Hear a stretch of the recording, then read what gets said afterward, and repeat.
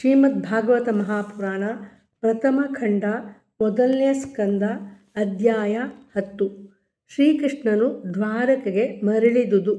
ಶೌನಕಾದಿಗಳು ಕೇಳುತ್ತಾರೆ, ಸೂತ ಪುರಾಣಿಕರೇ, ಧಾರ್ಮಿಕ ಶಿರೋಮಣಿಯಾದ ಮಹಾರಾಜ ಯುಧಿಷ್ಠಿರನು ತನ್ನ ಪೈತೃಕ ಸಂಪತ್ತನ್ನು ಕಸಿದುಕೊಳ್ಳುವ ಆಸೆಯಿಂದ ತನ್ನನ್ನು ವಧಿಸಲು ಪ್ರಯತ್ನಪಟ್ಟ ಶತ್ರುಗಳನ್ನು ಸಂಹರಿಸಿ ತನ್ನ ಸಹೋದರರೊಂದಿಗೆ ಹೇಗೆ ರಾಜ್ಯ ಶಾಸನವನ್ನು ಮಾಡಿದನು. ಏಕೆಂದರೆ ಭೋಗಗಳಲ್ಲಾದರೋ ಅವನಿಗೆ ಪ್ರವೃತ್ತಿಯೇ ಇರಲಿಲ್ಲ. ಸೂತ ಪುರಾಣಿಕರು ಹೇಳುತ್ತಾರೆ, ಲೋಕದ ಉಜ್ಜೀವನಕ್ಕಾಗಿ ಅವತಾರ ಮಾಡಿದ ಶ್ರೀಹರಿಯು ಬಿದಿರು ಮೇಳೆಯಲ್ಲಿ ಪರಸ್ಪರ ಘರ್ಷಣೆಯಿಂದ ಉಂಟಾದ ಬೆಂಕಿಯು ಬಿದಿರು ಮೇಳೆಯನ್ನೇ ಸುಟ್ಟು ಬಿಡುವಂತೆ ಪರಸ್ಪರ ಕಲಹಾಗ್ನಿಯಿಂದ ಸುಟ್ಟು ಹೋಗಿದ್ದ ಕುರುವಂಶದ ಕುಡಿಯಾದ ಪರೀಕ್ಷಿತನನ್ನು ಬದುಕಿಸಿ ಯುಧಿಷ್ಠಿರನನ್ನು ಅವನ ರಾಜ್ಯದಲ್ಲಿ ನೆಲೆಗೊಳಿಸಿ ತುಂಬ ಪ್ರಸನ್ನನಾದನು. ಭೀಷ್ಮ ಪಿತಾಮಹರ ಮತ್ತು ಭಗವಾನ್ ಶ್ರೀಕೃಷ್ಣನ ಉಪದೇಶ ಶ್ರವಣದಿಂದ ಧರ್ಮರಾಜನಿಗೆ ಜ್ಞಾನೋದಯವಾಗಿ ಎಲ್ಲ ಭ್ರಾಂತಿಗಳು ಅಳಿದು ಹೋದವು. ಶ್ರೀ ಭಗವಂತನ ಬೆಂಬಲದಿಂದ ಅವನು ಸಮುದ್ರ ಪರ್ಯಂತವಾದ ಭೂಮಂಡಲವನ್ನು ಇಂದ್ರನಂತೆ ಆಳತೊಡಗಿದನು. ಭೀಮಸೇನರೇ ಮುಂತಾದ ತಮ್ಮಂದಿರು ಆತನ ಆಜ್ಞೆಯಂತೆ ನಡೆಯುತ್ತಿದ್ದರು. ಯುಧಿಷ್ಠಿರನ ರಾಜ್ಯದಲ್ಲಿ ಪೂರ್ಣವಾದ ಸುಭಿಕ್ಷವಿದ್ದು ಸುಖಶಾಂತಿಗಳು ನೆಲೆಸಿದ್ದವು. ಅವಶ್ಯಕತೆಗೆ ತಕ್ಕಂತೆ ಯಥೇಷ್ಟವಾಗಿ ಮಳೆಯು ಸುರಿಯುತ್ತಿತ್ತು. ಜೀವನಕ್ಕೆ ಬೇಕಾದ ಎಲ್ಲ ಪದಾರ್ಥಗಳು ಹೇರಳವಾಗಿ ಭೂಮಿಯಿಂದ ಸಿಗುತ್ತಿದ್ದವು. ಆಕಳುಗಳು ಕೆಚ್ಚಲಲ್ಲಿ ಹಾಲು ಹಿಡಿಸಲಾರದೆ ಕೊಟ್ಟಿಗೆಗಳನ್ನು ಹಾಲಿನಿಂದ ನೆನೆಸುತ್ತಿದ್ದವು. ನದಿಗಳು, ಸಮುದ್ರಗಳು, ಪರ್ವತಗಳು, ವನಸ್ಪತಿಗಳು, ಔಷಧಿಗಳು, ಲತೆಗಳು ಪ್ರತಿಯೊಂದು ಋತುವಿನಲ್ಲಿಯೂ ಯಥೇಷ್ಟವಾಗಿ ತಮ್ಮ ಸಂಪತ್ತನ್ನು ರಾಜನಿಗೆ ನೀಡುತ್ತಿದ್ದವು. ಅಜಾತಶತ್ರುವಾದ ಮಹಾರಾಜ ಯುಧಿಷ್ಠಿರನ ರಾಜ್ಯದಲ್ಲಿ ಯಾವ ಪ್ರಾಣಿಗೂ ಎಂದೂ ಆದಿವ್ಯಾಧಿಗಳು ಅಥವಾ ದೈವಿಕ, ಭೌತಿಕ, ಆತ್ಮಿಕವಾದ ಕ್ಲೇಶಗಳು ಆಗುತ್ತಿರಲಿಲ್ಲ. ತಮ್ಮ ಬಂಧುಮಿತ್ರರ ಶೋಕವನ್ನು ಹೋಗಲಾಡಿಸಲು ಮತ್ತು ತನ್ನ ತಂಗಿ ಸುಭದ್ರೆಯ ಸಂತೋಷಕ್ಕಾಗಿ ಭಗವಾನ್ ಶ್ರೀಕೃಷ್ಣನು ಹಸ್ತಿನಾವತಿಯಲ್ಲಿಯೇ ಕೆಲವು ತಿಂಗಳು ತಂಗಿದನು. ಮತ್ತೆ ಅವನು ರಾಜ ಯುಧಿಷ್ಠಿರನಿಂದ ದ್ವಾರಕೆಗೆ ಹೋಗಲು ಅನುಮತಿಯನ್ನು ಕೇಳಿದನು. ಆಗ ಧರ್ಮರಾಜನು ಶ್ರೀಕೃಷ್ಣನನ್ನು ತುಂಬು ಹೃದಯದಿಂದ ಆಲಂಗಿಸಿಕೊಂಡು ಬೀಳ್ಕೊಟ್ಟನು. ಭಗವಂತನು ಅವನಿಗೆ ನಮಸ್ಕರಿಸಿ ರಥವನ್ನು ಏರಿದನು. ಸಮವಯಸ್ಕರಾದ ಕೆಲವರು ಆತನನ್ನು ಅಪ್ಪಿಕೊಂಡರು, ಸಣ್ಣವರು ವಂದಿಸಿಕೊಂಡರು.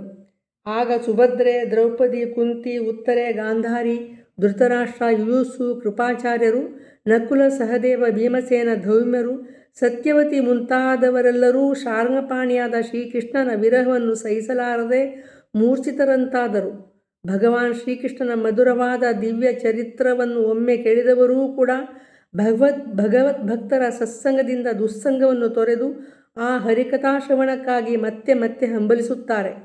ಹೀಗಿರುವಾಗ ಆ ಭಗವಂತನನ್ನು ದರ್ಶಿಸುತ್ತಾ, ಸ್ಪರ್ಶಿಸುತ್ತಾ, ಅವನೊಡನೆ ಸಂಭಾಷಿಸುತ್ತಾ, ಆಸನ, ಶಯನ, ಭೋಜನಗಳಲ್ಲಿಯೂ ಆತನೊಡನೆ ಪಾಲ್ಗೊಳ್ಳುತ್ತಾ ಅವನಿಗೆ ಸಂಪೂರ್ಣವಾಗಿ ತಮ್ಮ ಹೃದಯವನ್ನು ಅರ್ಪಿಸಿ ಆನಂದಿಸುತ್ತಿದ್ದ ಪಾಂಡವರಿಗೆ ಅವನ ಅಗಲಿಕೆ ಸಹಿಸಲಾದೀತೆ.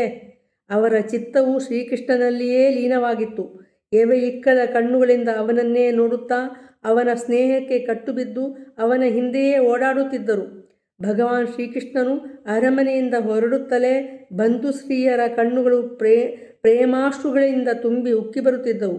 ಆದರೆ ಅವರು ಪ್ರಯಾಣದ ಸಮಯದಲ್ಲಿ ಅಪಶುಕನವಾಗದಿರಲೆಂದು ಬಹಳ ಕಷ್ಟದಿಂದ ಅಶ್ರುಧಾರೆಯನ್ನು ತಡೆದುಕೊಂಡರು. ಭಗವಂತನ ಪ್ರಸ್ಥಾನದ ಸಮಯದಲ್ಲಿ ಮೃದಂಗ, ಶಂಖ, ಬೇರಿ, ವೀಣೆ, ಡೊಳ್ಳು, ಕಹಳೆ, ಜಲ್ಲರಿ, ತಮಟೆ, ಗಂಟೆ, ದುಂದುಬಿಗಳು ಮುಂತಾದ ಮಂಗಳವಾದ್ಯಗಳು ಮೊಳಗತೊಡಗಿದವು. ಭಗವಂತನನ್ನು ದರ್ಶಿಸುವ ಆಸೆಯಿಂದ ಕುರುವಂಶದ ಸ್ತ್ರೀಯರು ಮೇಲ್ಮಹಡಿಗಳನ್ನೇರಿ ಕಣ್ಣುಗಳಿಗೆ ಹಬ್ಬವಾದ ಶ್ರೀ ಭಗವಂತನೆಡೆಗೆ ಪ್ರೇಮ ಲಜ್ಜೆಗಳಿಂದ ಕೂಡಿದ ಮಂದಹಾಸದ ನೋಟವನ್ನು ಬೀರಿ ಅವನ ಮೇಲೆ ಹೂಮಳೆಗರೆಯುವ ತೊಡಗಿದರು. ಗುಂಗುರು ಕೂದಲುಗಳಿಂದ ಕಂಗೊಳಿಸುತ್ತಿದ್ದ ಅರ್ಜುನನು ತನ್ನ ಪ್ರಿಯ ಮಿತ್ರನಾದ ಶ್ರೀಕೃಷ್ಣನ ಮೇಲೆ ಮುತ್ತಿನ ಜಲ್ಲರಿಗೆಗಳಿಂದ ಅಲಂಕೃತವಾದ ರತ್ನಖಚಿತ ಹಿಡಿಯಿಂದ ಶೋಭಿಸುವ ಬೀಳ್ಗೊಡೆಯನ್ನು ಹಿಡಿದುಕೊಂಡನು. ಉದ್ಧವ ಸಾತ್ಯಕಿಯರು ಇಕ್ಕಡೆಗಳಲ್ಲಿ ಪರಮಾದ್ಭುತವಾದ ಚಾಮರಗಳನ್ನು ಬೀಸುತ್ತಿದ್ದರು. ಹೆಜ್ಜೆಗೆ ಭಗವಾನ್ ಶ್ರೀಕೃಷ್ಣನ ಮೇಲೆ ಪುರಜನರು ಪುಷ್ಪವೃಷ್ಟಿಯನ್ನು ಮಾಡುತ್ತಿದ್ದರು. ಆ ದೃಶ್ಯವು ಮನೋಹರವಾಗಿತ್ತು. ತ್ರಿಗುಣಾತೀತನೂ ಅಪ್ರಾಕೃತನೂ ಅನಂತ ಕಲ್ಯಾಣಗುಣ ಪರಿಪೂರ್ಣನೂ ಆದ ಆ ಪರಮಾತ್ಮನನ್ನು ಕುರಿತು ಬ್ರಾಹ್ಮಣರು ಉಚ್ಚರಿಸುತ್ತಿದ್ದ ಸತ್ಯವಾದ ಆಶೀರ್ವಚನಗಳು ಅಲ್ಲಲ್ಲಿ ಕೇಳಿಬರುತ್ತಿದ್ದವು.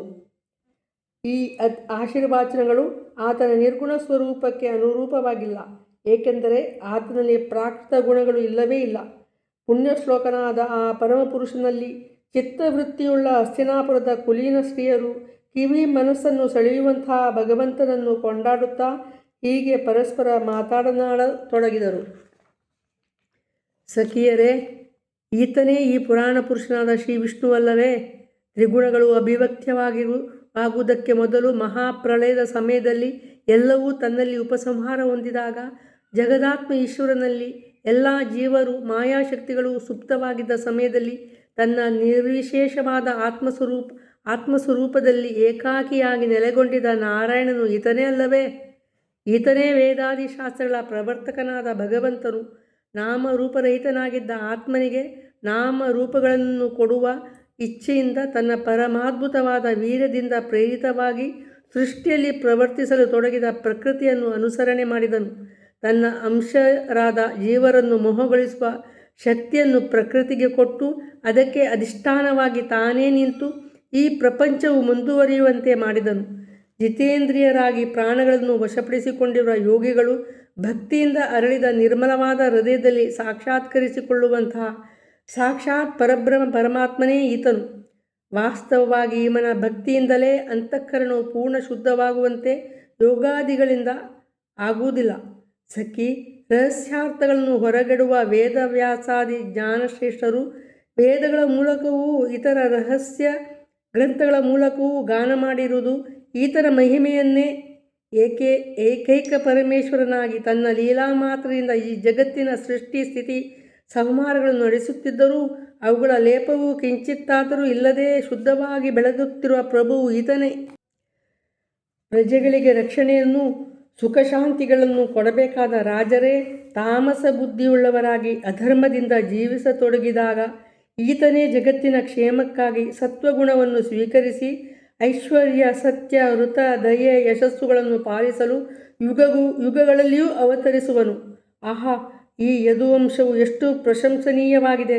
ಏಕೆಂದರೆ ಶ್ರೀಪತಿಯಾದ ಪುರುಷೋತ್ತಮ ಶ್ರೀಕೃಷ್ಣನೇ ಈ ವಂಶದಲ್ಲಿ ಅವತರಿಸಿ ಈ ವಂಶವನ್ನು ಗೌರವಿಸಿದನು. ಹಾಗೆಯೇ ಈ ಮಧುರಾಮಂಡಲವು ಅತ್ಯಂತ ಪವಿತ್ರವಾದುದು. ತನ್ನ ಶೈಶವ ಬಾಲ್ಯದಲ್ಲಿ ಭಗವಂತನು ಸಂಚರಿಸುತ್ತಾ ಅದನ್ನು ಸುಶೋಭಿತಗೊಳಿಸಿದನು. ಎಂತಹ ಆಶ್ಚರ್ಯ!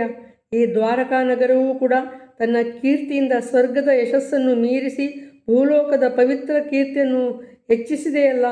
ಈ ನಗರದ ಪ್ರಜೆಗಳೆಲ್ಲರೂ ಈತನ ಅನುಗ್ರಹಪೂರ್ಣವಾದ ಮಂದಹಾಸದಿಂದ ಕೂಡಿದ ಕೃಪಾದೃಷ್ಟಿಗೆ ಪಾತ್ರರಾಗಿ ಈ ಪ್ರಭುವನ್ನು ಸದಾ ಕಣ್ಣಾರೆ ನೋಡುತ್ತಾ ಧನ್ಯರಾಗುತ್ತಿದ್ದಾರಲ್ಲ.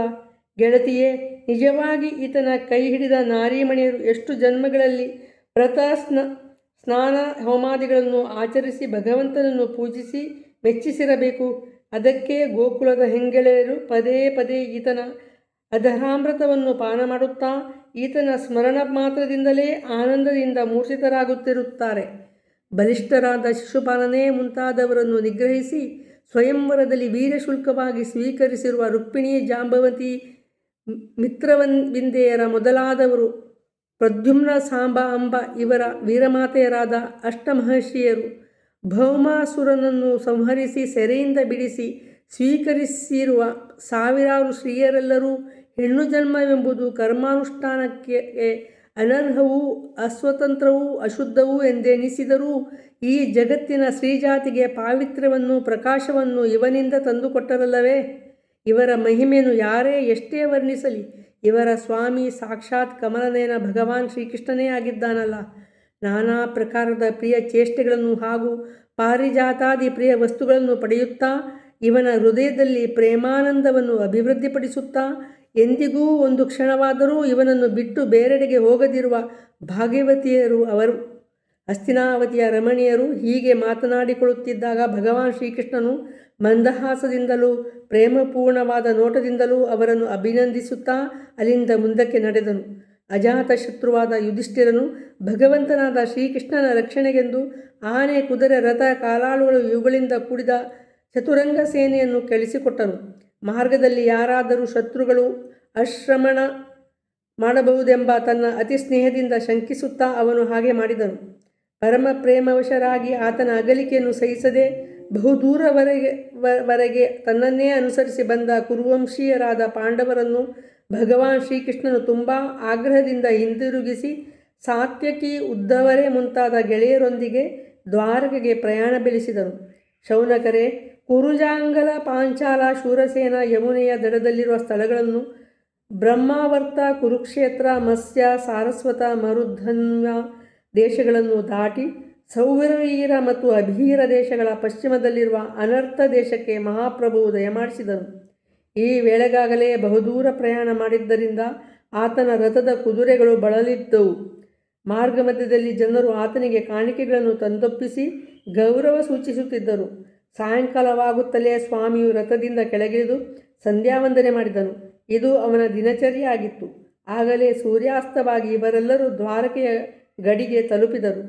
ಇಲ್ಲಿಗೆ 10ನೇ ಅಧ್ಯಾಯವು ಮುಗಿಯಿತು. ಇದು ಶ್ರೀಮದ್ ಭಾಗವತ ಮಹಾಪುರಾಣೇ ಪಾರಮಹಂಸ್ಯಾಂ ಸಂಹಿತಾಯಾಂ ಪ್ರಥಮಸ್ಕಂದೇ ಶ್ರೀಕೃಷ್ಣ ದ್ವಾರಕಾಗಮನಂ ನಾಮ 10ಮೋಧ್ಯಾಯಃ. ಶ್ರೀಕೃಷ್ಣಾರ್ಪಣಮಸ್ತು.